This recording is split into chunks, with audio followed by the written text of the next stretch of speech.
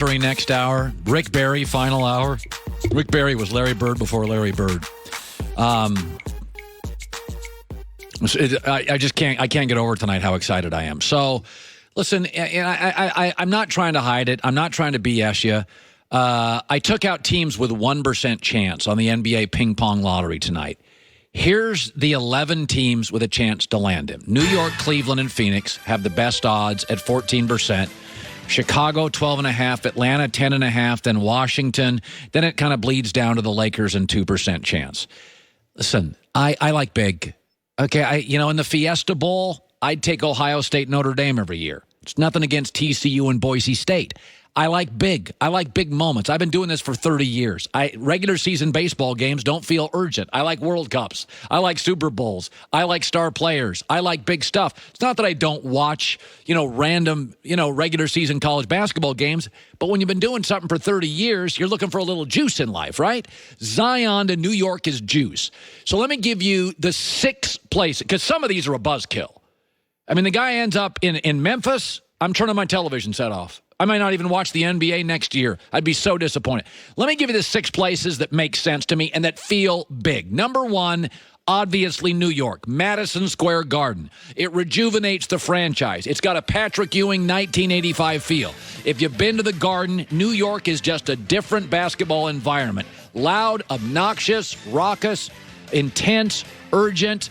It literally would be the biggest story in the league, along with KD to the Knicks, if that's true. Number 2, don't deny it, Lakers. LeBron plus Zion, LeBron plus the next LeBron. Of course it's huge. Lakers are still the biggest brand in the NBA. It would kind of rejuvenate LeBron's final destination potentially in the NBA, because it feels, as Joy said yesterday, it feels after that Frank Vogel hire like it's just a bunch of nothing. Number 3, Dallas. I'd like to see this. I'd be very excited if that happened. Maybe not LeBron, Zion excited, or Knicks, but I would get Luka Doncic. I'd get Porzingis. I'd get a good coach in Rick Carlisle, crazy popular owner in Mark Cuban, and Zion. They'd be really good really fast. That would be a top 4 seed in the West. I've always thought Dallas, I've never kind of understood why Dallas isn't a more popular franchise for free agents. No state tax. You can live right next to the arena.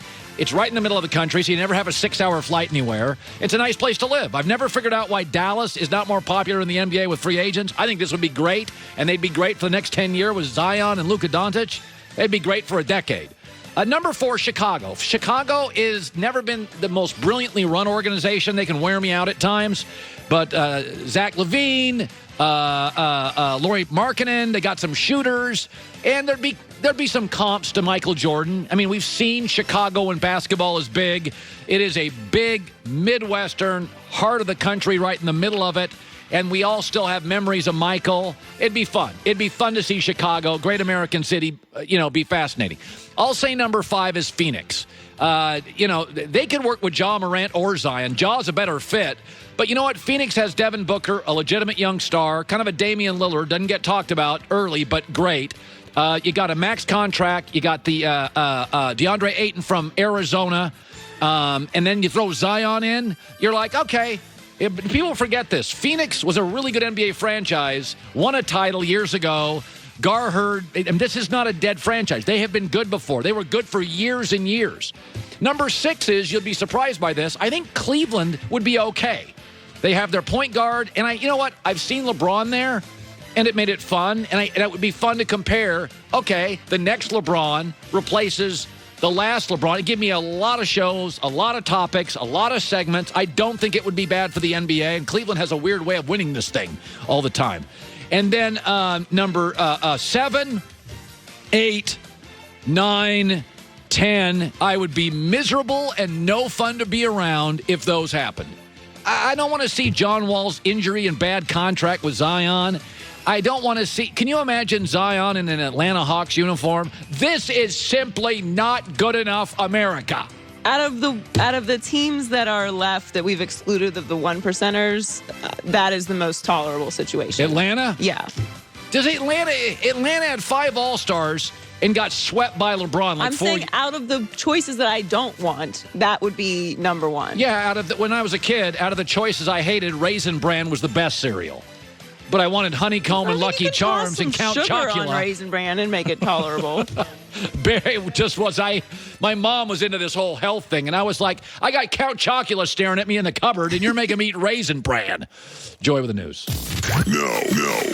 Turn on the news.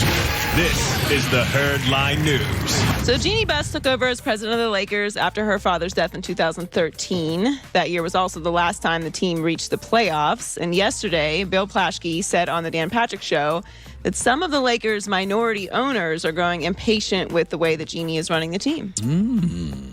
Their business side is tremendous.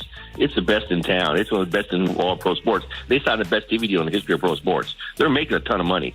But the thought here is one more year of this nonsense, and it's going to start to really affect the brand and affect the partners and affect the season ticket holders and all that. Just don't forget, she took over the team in a coup from her brothers. So the team can be taken over in a coup. That could happen. I don't see that happening until at least they see what happens this summer and see what happens next year. They're going to give her another year. But no, people are upset.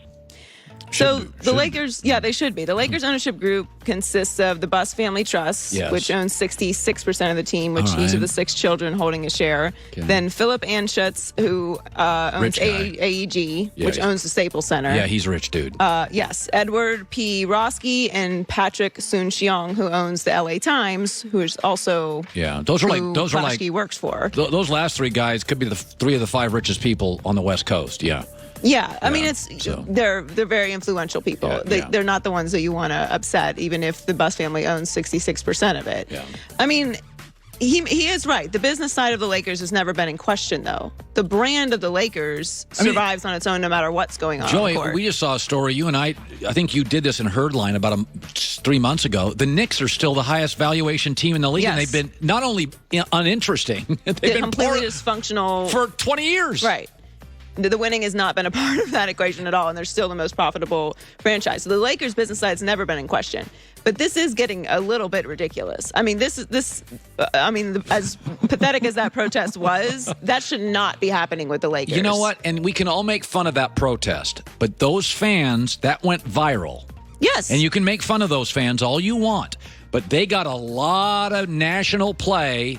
Those fans put their faces out there on it. There's a lot of anonymous Twitter nerds. These people put their face on it, Right. and No, it made a lot of noise. I give them credit because they do care. And if there's even a small fraction of fans out there protesting what's happening, you're clearly not running the franchise properly. I mean, we just don't know who's in charge, and that really is what it comes down to, is that there feels like there's no direction. And there's talks out there that players are actually disappointed as well. I mean, I'm sure LeBron is furious with the way that things have been going. So Steve Kerr has confirmed that Kevin Durant will not play in Game 1 of the Western Conference Finals against the Blazers tonight. He will likely be out for Game 2. There's hints he could be out even longer than that, especially after Kerr gave us this update. Everyone needs to slow down a little bit on the Kevin stuff. He hasn't even stepped on the floor yet. Maybe people have gotten the idea that he's going to come back and be Willis Reed or something. He hasn't even stepped on the floor yet. He still has pain. There's some time ahead of him on the rehab process. So we'll have a more detailed update on Thursday.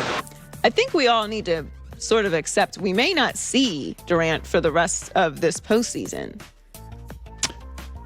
I think that's possible in the conference finals, but God, the finals are 2 weeks away. I mean, who knows? If he's rushing back from a calf strain, he's not going to be 100% either.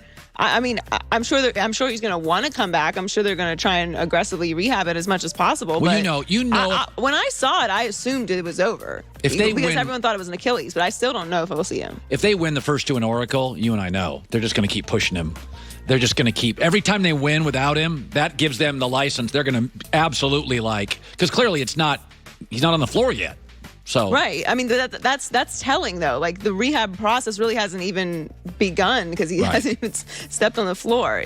Everyone does need to calm down. Finally, sticking with Durant, the Knicks are clearly prepared to do whatever it takes to land 2 of this offseason's biggest free agents. According to ESPN's Stephen A. Smith, Knicks owner James Dolan will effectively give KD and Kyrie a blank check. Stephen A. said, Kyrie Irving is headed to Madison Square Garden with Kevin Durant. I am told that James Dolan himself basically said, whatever the hell you want, I will move the hell out of the way. I will give you whatever you want. It doesn't matter. I'll take care of you, to the Kyries and Kevin Durants of the world. And as you mentioned a few minutes ago, the Knicks are worth $4 billion, which makes them the most valuable NBA team for the 4th straight year. Well, if Kevin Durant and Kyrie and Zion landed, you're worth $4.5 billion, because there's no question LeBron going to Cleveland elevated the net worth of Dan Snyder significantly, and him leaving with Colin Sexton and Kevin Love, they're not as valuable as a franchise. Here's the thing, though.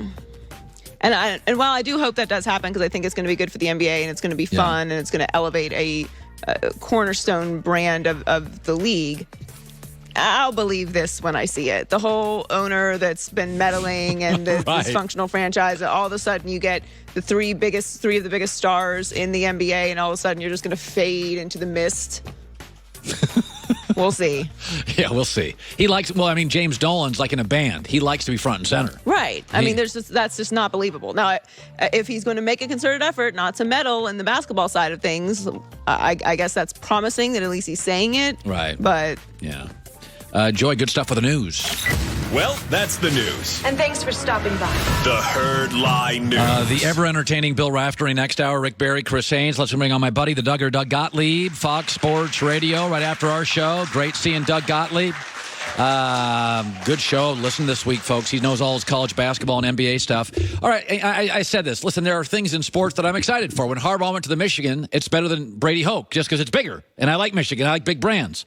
When you're my age, you'll wake up in the morning and you don't want to watch the Twins Angels on a Tuesday. You want big stuff, right? You're still in that young, adorable stage. When did you become Grandpa Colin? You used to be Uncle Colin. Now you're Grandpa Colin.